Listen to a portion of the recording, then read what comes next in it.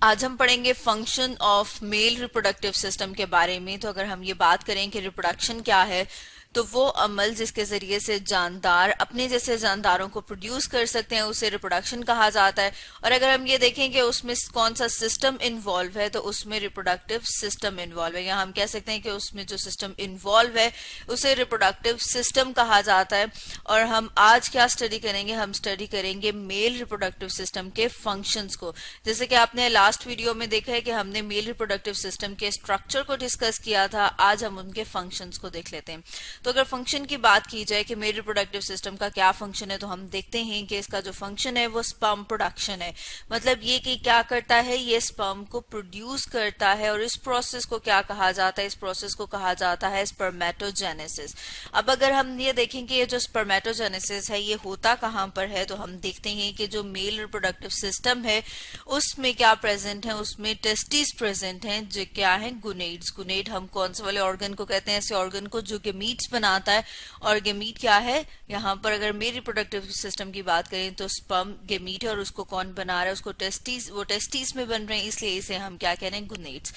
तो जो स्पर्मेटोजेनेसिस है मतलब ये कि स्पर्म प्रोडक्शन का जो प्रोसेस है वो कहाँ हो रहा है, वो टेस्टिस में हो रहा है। और अगर हम ये बात करें कि टेस्टिस में फर्दर अंदर कौन से स्ट्रक्चर प्रेजेंट है, जैसे कि हमने अपनी लास्ट वीडियो में structure of male reproductive system में देखा था कि टेस्टिस के अंदर सेमिनिफेरस ट्यूब्यूल्स प्रेजेंट हैं। और अगर हम बात करें कि किस तरह से वो सेमिनिफेरस ट्यूब्यूल्स प्रेजेंट है, तो जैसे अगर हम यहाँ पर देखें तो इस तरह से क्वाइल्ड स्ट्रक्चर प्रेजेंट है। और ये जो क्वाइल्ड स्ट्रक्चर है इसे क्या कहा जाता है, इसे सेमिनिफेरस ट्यूब्यूल कहा जाता है।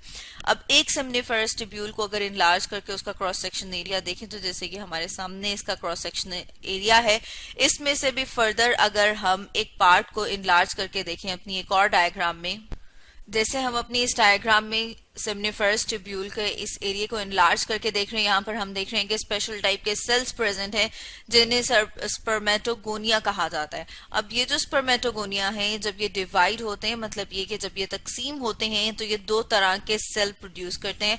तो हम देख लेते हैं वो कौन से, उनमें से एक को कहा जाता है टाइप ए। टाइप ए की बात की जाए कि इसका क्या फंक्शन है, तो ये मेंटेन करते हैं जर्म सेल लाइन को, जैसे कि आप यहाँ पर देख रहे हैं कि ये डिवाइड कर रहे हैं और डिवाइड करके ये मेंटेन कर रहे हैं। जर्म सेल लाइन की बात की जाए तो ये वो वाले सेल्स हैं जिनमें ये सलाहियत होती है कि वो फर्दर आगे चल के गेमीट्स बना सकें, मतलब ये कि रिप्रोडक्टिव सेल्स बना सकें।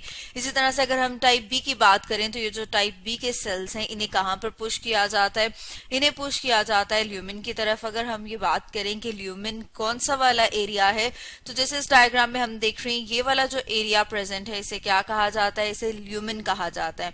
तो जो टाइप बी सेल्स हैं उन्हें किस तरफ को पुश किया जाता है, जैसे कि हम यहाँ पर डायग्राम में देख रहे हैं कि ये डिवाइड करते हैं टाइप बी के सेल, और इन्हें किस तरफ पुश किया, ल्यूमिन की तरफ, वहां पर जाके ये 4 स्पर्म प्रोड्यूस करते हैं। अब अगर हम इनको फर्दर और डिटेल से देखें कि जो टाइप बी के सेल्स हैं, टाइप बी सेल्स आगे फर्दर प्राइमरी स्पर्मेटोसाइट बनाते हैं, जैसे कि हम यहाँ पर इस डायग्राम में देख रहे हैं कि ये क्या है, प्राइमरी स्पर्मेटोसाइट।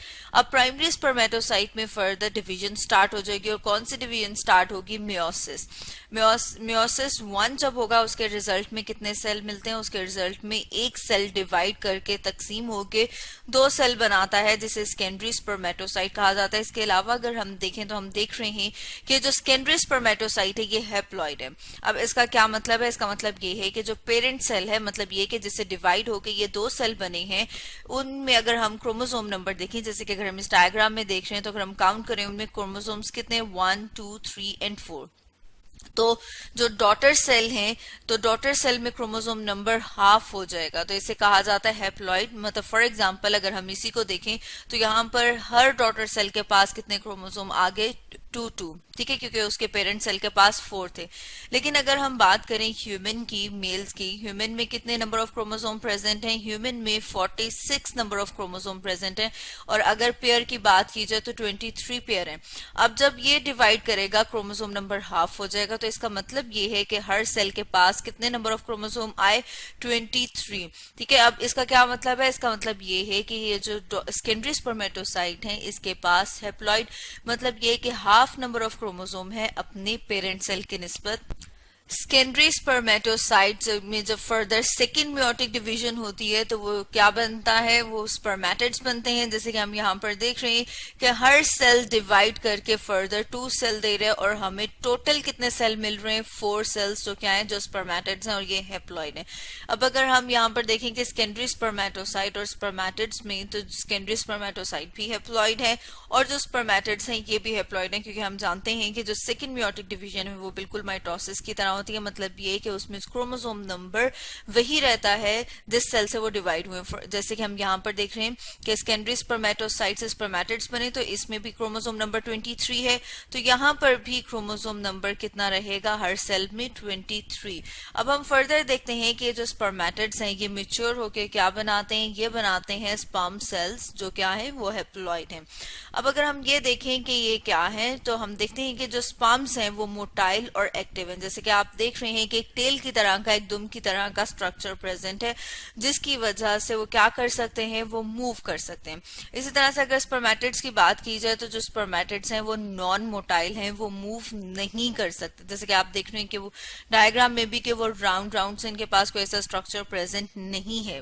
अब अगर हम ये देखें कि ये जो प्रोसेस है जिसे हम कह रहे हैं स्पर्मेटोजेनेसिस, स्पर्म फॉर्मेशन का, के स्पर्म बनने का जो अमल है वो कौन सी एज में जाकर स्टार्ट होता है, तो हम देखते हैं कि ये तकरीबन 14 साल की उम्र में, मतलब begins at the age of 14, ठीक है, 14 साल की उम्र में शुरू होता है।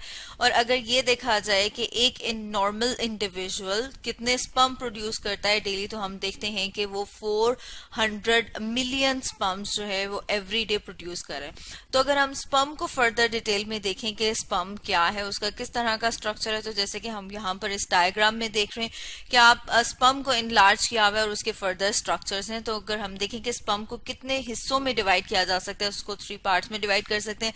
यहाँ पर आप देख रहे हैं कि ये क्या है, उसका हेड रीजन। उसके बाद हम देख रहे हैं कि एक शॉर्ट सा जो रीजन प्रेजेंट है उसे नेक कहा जाता है। उसके बाद जो रीजन है उसे मिड पीस, और यहाँ पर हम देख रहे हैं कि ये क्या है, उसकी टेल की तरह का स्ट्रक्चर है। तो अगर हम हेड की बात करें, हेड में हम फर्दर देखते हैं कि एक कैप की तरह का स्ट्रक्चर प्रेजेंट है जिसे एक्रोसोम कहा जाता है। अब अगर हम एक्रोसोम की बात करें तो एक्रोसोम हम कह रहे हैं कि लाइसोसोम लाइक है। लाइसोसोम जैसे कि जानते हैं कि जो सेल है, सेल के अंदर डिफरेंट ऑर्गेनेलीज प्रेजेंट है, उनमें से एक ऑर्गेनेली है जिसे लाइसोसोम कहा जाता है। अब लाइसोसोम की बात की जाए कि लाइसोसोम प्रोड्यूस कहाँ पे, किससे प्रोड्यूस होता है, तो इन्हें प्रोड्यूस करते हैं गोल्जी अपरेटस, ठीक है। ये क्या है, ये भी सेल की एक ऑर्गेनेली है। इसके अलावा हम ये कह रहे हैं कि ये लाइसोसोम लाइक है, तो इसके अंदर हाइड्रोलिटिक एंजाइम्स प्रेजेंट होते हैं। कौन से वाले हाइड्रोलिटिक एंजाइम्स, उन्हें क्या कहा जाता है, उन्हें कहा जाता है ह्यालुरोनिडेज। अब अगर हम ये देखें कि ये जो एंजाइम है इसका फंक्शन क्या है, तो इसके लिए हम एक और डायग्राम देख लेते हैं। जैसे कि आपके सामने डायग्राम है, इस डायग्राम में आप देख रहे हैं कि ये जो स्पर्म का हेड रीजन है, इसमें जो एंजाइम्स प्रेजेंट है इनको यूज किया जाता है एग की वॉल को पंक्चर करने के लिए, वहां पे सुराख करने के लिए, ताकि स्पर्म जो है वो एग में एंटर हो सके। तो ये तो हमने देखा इसके हेड रीजन के बारे में। उसके अलावा हम अगर इसके नेक रीजन की बात करें तो जैसे कि आप देख रहे हैं कि इसके नेक में क्या प्रेजेंट है, इसके नेक में सेंट्रियोल प्रेजेंट है। और कितने सेंट्रियोल हैं, 2 सेंट्रियोल हैं। उसमें से हम देखते हैं कि एक सेंट्रियोल के जो माइक्रोट्यूब्यूल्स हैं वो एलोंगेट करते हैं, और एलोंगेट करने के बाद वो क्या कर रहे हैं, वो एक्सियल फिलामेंट बना रहे हैं, जिसे कि हम कह रहे हैं कि एक टेल की तरह का स्ट्रक्चर है। तो हम ये देख रहे हैं कि जो टेल की तरह का स्ट्रक्चर है वो किस वजह से बनता है, वो इस वजह से बनता है क्योंकि यहाँ पर जो सेंट्रियोल है, और सेंट्रियोल में क्या प्रेजेंट होते हैं, माइक्रोट्यूब्यूल्स। तो जो माइक्रोट्यूब्यूल हैं वो एलोंगेट करते हैं, और एलोंगेट करके ये आप देख रहे हैं कि उन्होंने एक्सियल फिलामेंट बना दिया। उसके बाद अगर हम मिड पीस की बात करें तो मिड पीस में बहुत सारे माइटोकॉन्ड्रिया प्रेजेंट है। माइटोकॉन्ड्रिया की बात की जाए तो माइटोकॉन्ड्रिया क्या है, इन्हें पावर हाउस भी कहा जाता है सेल का। पावर हाउस क्यों कहा जाता है, क्योंकि ये एनर्जी देता है। और अगर हम यहाँ पर मिड पीस में देखें तो माइटोकॉन्ड्रिया जो है बहुत सारे प्रेजेंट हैं।